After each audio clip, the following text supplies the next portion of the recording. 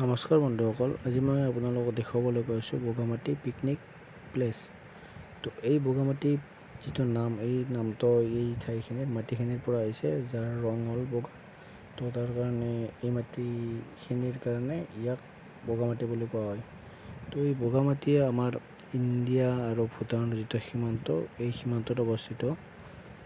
এই বগামাটি আমাৰ অসমত নতুনকৈ যি জিলা গঠিত হৈছিল, বাক্সা জিলা। তো এই বাক্সা জিলাত অৱস্থিত। তো এই বগামাটি এটি ধুনীয়া ফৰেষ্ট এলেকা হয়। প্ৰত্যেকটো বছৰৰ পিকনিক যিটো টাইম, যিটো জানুৱাৰী, ফেব্ৰুৱাৰী বা ডিচেম্বৰ, তো প্ৰত্যেক এই ৩-৪টা মাহত ইয়াত মানে বহুত জনসংখ্যা, বহুত পিকনিক পাৰ্টি আহে আৰু ইয়াৰ লোকেল মানুহখিনিও খুবেই ধুনীয়া হয়। তো ইয়াৰ কিছু চিনেমেটিক শ্বট আপোনালোকে চাই আছে ভিডিঅ'টোত। ইমান ধুনীয়া পানী, ইমান চাফা পানী আৰু ইমান ঠাণ্ডা পানী। তো মই এইটো গা ধুই আছোঁ মোৰ লগৰ এজনৰ লগত। মোৰ লগৰ এটাক ভিডিঅ'টো কৰিব দিছোঁ। আৰু এই যিটো নদী, এই নদীটো আচলতে বৰনদীৰ মুখ বুলিও কোৱা হয়। আৰু এই নদীৰ এই উত্তৰ ফালে থকা এই ভূটানৰ ওখ ওখ পাহাৰবোৰে আমাৰ টুৰিষ্টবিলাকক বেছি আকৰ্ষিত কৰি তোলে, যাৰ সৌন্দৰ্য দেখি সকলোৱে মুগ্ধ হৈ পৰে। আৰু এই নদীখনৰে আমাৰ দক্ষিণ ফালে থকা পাহাৰত আমাৰ বাক্সা জিলাৰ যিখন পাহাৰ আছে, তাৰ ওপৰত বুদ্ধদেৱৰ এটি মূৰ্তিও আছে, ধুনীয়া গল্ডেন কালাৰৰ মূৰ্তি এটা। তো আমি দেখুৱাম। নদীখনৰ ওপৰত যিহেতু কোনো দলং নাই, তো ওপৰেদি এডাল জিপ লাইন গৈছে। জিপ লাইনডাল আপোনালোকে দেখা পাব।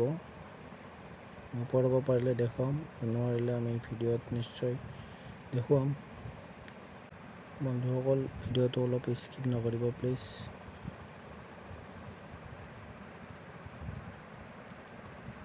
মই কৈছিলোঁ যিহেতু এই জিপ লাইনডাল এইডালে, যিটো আমাৰ দক্ষিণ ছাইডৰ পৰা আমাৰ উত্তৰ ছাইডলৈ যাব পাৰি। তো আমি এতিয়া পাহাৰৰ ফালে গৈ বুদ্ধদেৱৰ যিটো মূৰ্তি আছে, সেইটো দেখাবলৈ চেষ্টা কৰিম।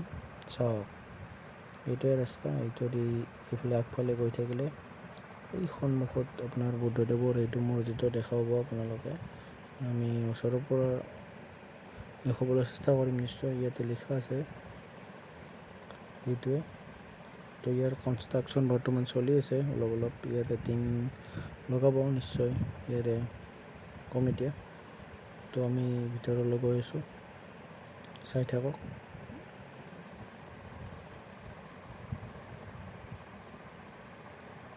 কি ধুনীয়া ধুনীয়া পেইণ্টিং আঁকা আছে ৱালবিলাকত। এইটোৱে মূৰ্তিটো। এইটো আচলতে বহুত ডাঙৰ হয়, কেমেৰাত বহুত সৰু দেখি আমি ইমান ওচৰলৈ যোৱা নাই।